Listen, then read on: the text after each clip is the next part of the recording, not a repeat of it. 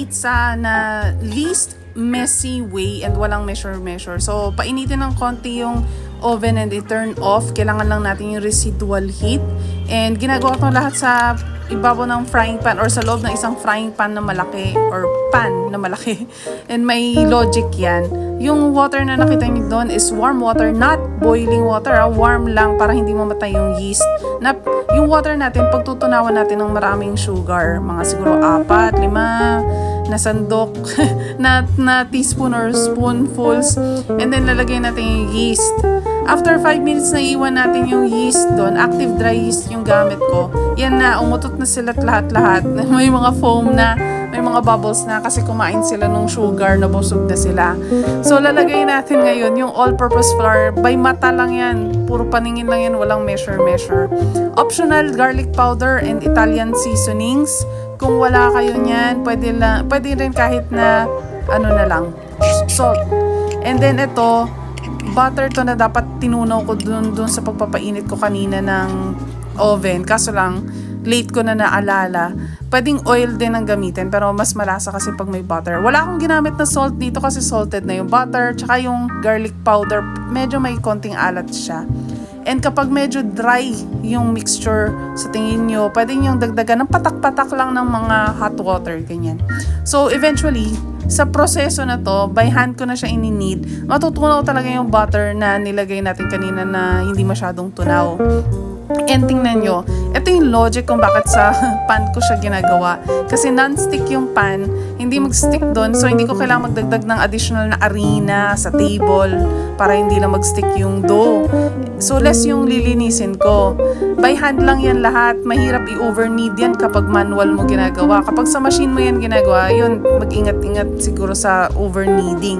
And eventually, magiging smooth na yung bola. Hindi na siya sticky sa kamay. And ganyan na yung magiging itsura niya.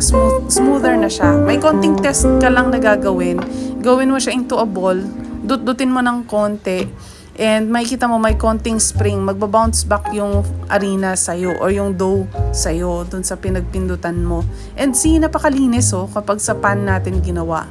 And then, i-prepare lang natin yung tray kung saan ko rin i-bake or lulutuin yung pizza. Doon ko din ilalagay yung dough para umalsa. Gagamitan ko lang ng tirang butter na nandun sa bowl na maliit para lang hindi dumikit yung pang-cover natin. And in this case, yung pang-cover natin is cling wrap.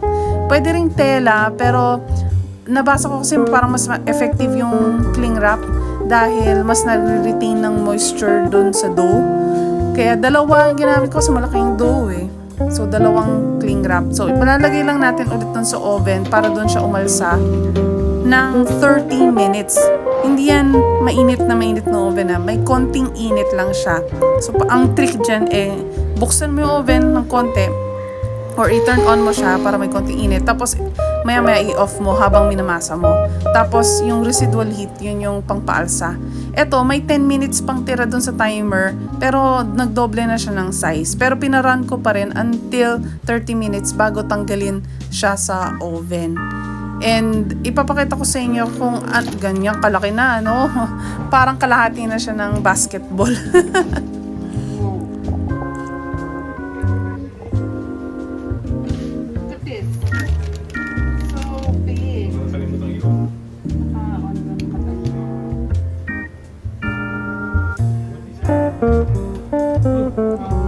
Yun. So, pinakapakita ko rin sa husband ko kung saan nanggagaling yung pagkain niya.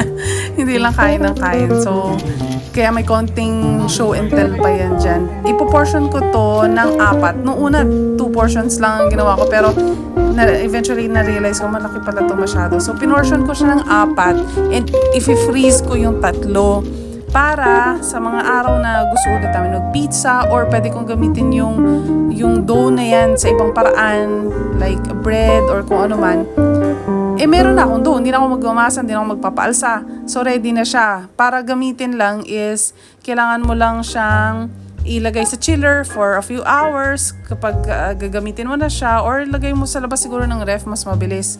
And ginamit ko lang is cling wrap. Ang importante lang naman, huwag magdikit yung mga dough. So, kailangan may separator lang. Ito na yung gagamitin natin sa pizza. stretch by hand pero hindi pala kaya.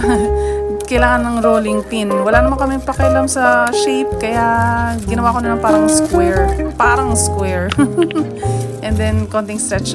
This is a very stretchy dough, napaka-daling i-handle.